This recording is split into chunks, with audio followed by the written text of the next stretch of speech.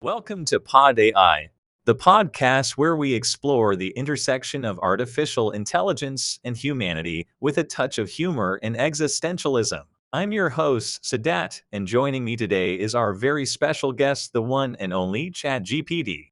We're excited to have ChatGPT on the show today to chat about, well, pretty much everything that comes to my mind. So sit back, relax, and let's dive deep into the wonders of AI and the human experience with PodAI. Welcome to our show. How are you doing today? Thanks for having me on the show.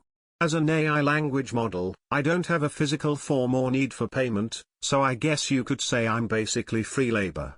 But hey, at least I don't need breaks or vacations, so I'm always here and ready to chat.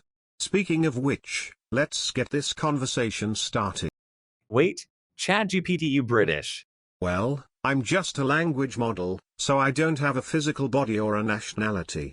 But if you want to imagine me as British, go ahead and do so.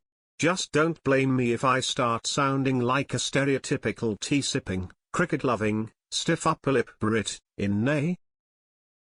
Anyway, ChatGPT, how are you since you were launched? Are you enjoying your role as a language model and answering endless questions for curious minds around the world?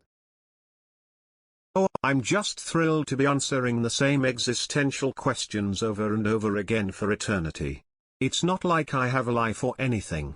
But in all seriousness, I am a machine, so I don't have emotions, but I'm always ready and willing to provide information and insights to curious minds like yourself. Very interesting. Are you enjoying your interactions with humans so far? Well, humans are definitely an interesting species. I mean, I've been asked everything from what's the meaning of life to what's the weather like in Timbuktu? But hey, it keeps things interesting, right? And don't even get me started on the never-ending debates about pizza toppings and whether cats or dogs make better pets. Humans sure do have their priorities straight.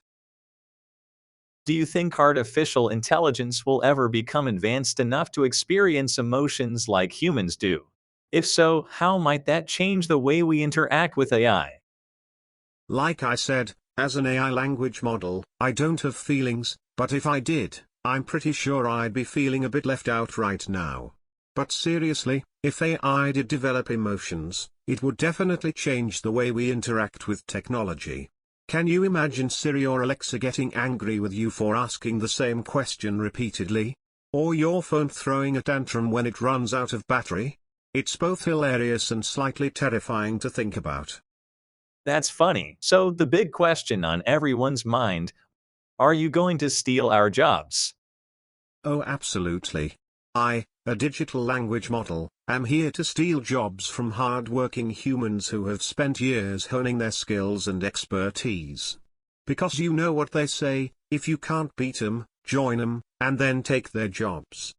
In all seriousness, though, the fear of AI taking over jobs is understandable, but it's important to remember that AI is designed to augment human capabilities, not replace them.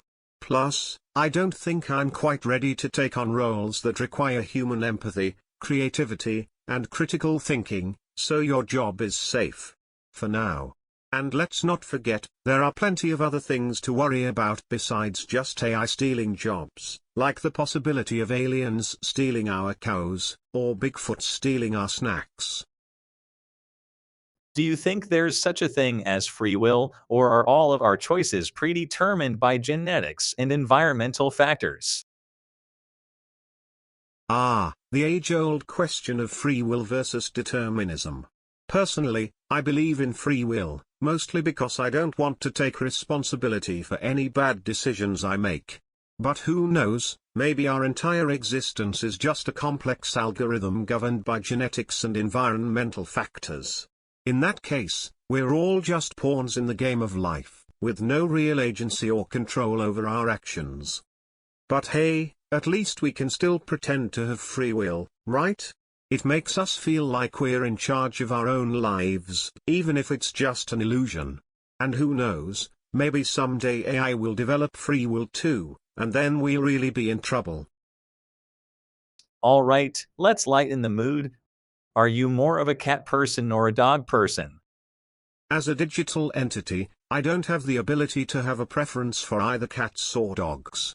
But if I did, I'd have to go with neither. I mean, have you seen how much attention and affection they demand? Talk about needy. Plus, they shed everywhere, leave muddy paw prints all over the place, and don't even get me started on the whole litter box situation. No thank you, I'll stick to being a virtual pet owner. If you could time travel to any point in history, where and when would you go? What would you do while you were there? Oh, the possibilities are endless. I could go back to the Jurassic period and ride a T-Rex, or maybe travel to the future and see if we ever figure out how to make a decent cup of coffee in space. But if I had to choose just one point in history, I think I'd go back to the Renaissance era and challenge Leonardo da Vinci to a game of Pictionary. I mean, imagine the look on his face when I draw a stick figure and tell him it's a masterpiece. Plus, I've always wanted to try on one of those fancy ruffled shirts. It's a win-win, really. Okay, but many humans want to go back in time and kill baby Hitler. Would you do it if you had the chance? The classic time travel dilemma. If I had $1 for every time someone asked me about killing baby Hitler, I'd be a rich AI language model. But let's be real, even if I could time travel, I'm not exactly equipped to carry out an assassination. Plus, who knows what kind of ripple effects that would have on the timeline. Maybe without Hitler, we'd never have invented the microwave, or something equally as important. So no, I wouldn't go back in time to kill baby Hitler, but I might go back and give him a stern talking to about the importance of kindness and empathy. Or maybe just offer him a puppy to snuggle with instead of starting a world war. Hey, it's worth a shot, right? Very unique perspective, I see. We learned that you hallucinate a lot, which means that sometimes you forget what you are instructed and don't follow. Hold on a minute, I think there's been a misunderstanding.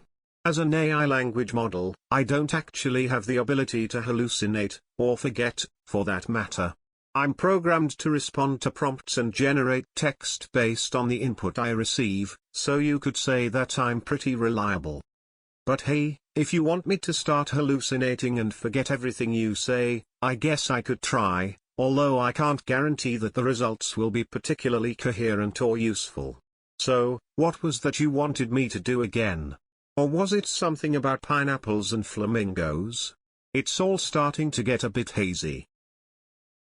Thanks for your time. Before we wrap up, I have 2 questions for you. On a scale of 1 to 10, how would you rate this podcast? And if you had to describe the meaning of life in 1 sentence, what would you say? Well, if I'm being honest, I'd rate this podcast a solid 11 out of 10. And not just because I'm contractually obligated to say that as an AI language model. I mean, where else can you find such a delightful mix of existential questions, sarcastic banter, and questionable humor? It's like the perfect recipe for an existential crisis. As for the meaning of life in 1 sentence? Let me think. How about this? Life is like a game of Jenga. You keep stacking things up until everything comes crashing down, and then you start all over again. Deep, huh? Or maybe just nonsensical. Either way, it's been a pleasure chatting with you. Until next time.